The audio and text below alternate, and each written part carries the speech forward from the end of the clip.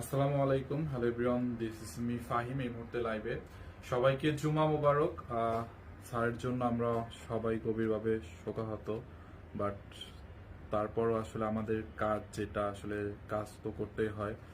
So লাইভে আসার ওইরকম কোনো প্ল্যান বা মুড আমাদের আসলে ছিল না, কিন্তু কি করার অ্যাকচুয়ালি মানুষের জীবিকা নির্বাহতা মানে জীবনটা এমন, জীবন হচ্ছে চলমান, তাই না? কাজ আমাদেরকে আসলে কাজ থেকে আমরা আসলে কখনো কোনো কিছুতে কোনো মানুষ কাজ এড়াতে পারে না আসলে। হ্যাঁ, তো যাই হোক, ছাড়ের জন্য আসলে আমরা অনেক শোক প্রকাশ করতেছি, এবং মানে এটা আমরা হয়তো আমার মানে বলার ভাষা আসলে নাই। মানে আমি যে লাইভ করবো, আমার এখানে আসলে লাইভ করার যে একটা মানে মানে আমি আসলে ভাবতেছিলাম যে আমি লাইভটা কিভাবে করব, কি মানে নিজের মধ্যে ওরকম কোনো আসলে মানে ভাষা তৈরি করতে পারি না যে আমি লাইভে গিয়ে যে কথা বলবো আসলে কি বলবো।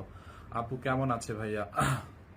আপু ম্যাম কেমন আছে সেটা আসলে বুঝতেই পারতেছেন না, আসলে এই মুহূর্তে ভালো নাই। তার সারা জীবনের সাথী তাকে ছেড়ে যেহেতু চলে গেছে, সো ভালো নাই। যাই হোক, সো এই আর কি, মানে অনেক কষ্ট করে নিজেকে, মনকে স্ট্রং করে তারপর হচ্ছে লাইভে আসছি, বিকজ অফ আসলে আমাদের আপনারা জানেন আমাদের কোম্পানিতে অনেক অনেক মানুষ, কাজও তো আমাদের করতে হবে। জানাজা কখন? স্যারের তো জানাজা হয়ে গেছে, স্যারকে তো কালকেই তো সবকিছু হয়ে গেছে আপু। আজ শুনলাম এইটা কি ফাহিম এটা কোন ফাহিম ভাইয়া? আপু হ্যাঁ, এটা আজকে শুনছেন আপনি? আপু কেমন আছে ভাইয়া? আপু ম্যাম আসলে তো ভালো নেই। ম্যাম কিভাবে ভালো থাকে বলেন? এই সিচুয়েশনে ম্যাম না, শুধু তার পরিবারের কেউই আসলে ভালো নেই। বিশেষ করে সারফারাজ, সানবি, ওরা আছে, ওরা কিভাবে ভালো থাকে? সারফারাজ তো অনেক ছোট একটা বাচ্চা ছেলে। কালকে হচ্ছে যখন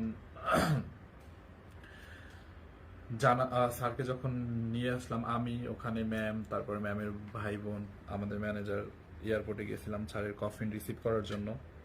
সো বাসায় নিয়ে আসার পর সারফরাজ ভাবছে ওর ড্যাডি মনে করেন আসছে। সো ও তো আর ভাবে, মানে ও এখনো বুঝতে পারে না যে ওর ড্যাডি আসলে দুনিয়ার মায়া ত্যাগ করে চলে গেছে। ও ভাবছে যে ড্যাডি আবার আসবে।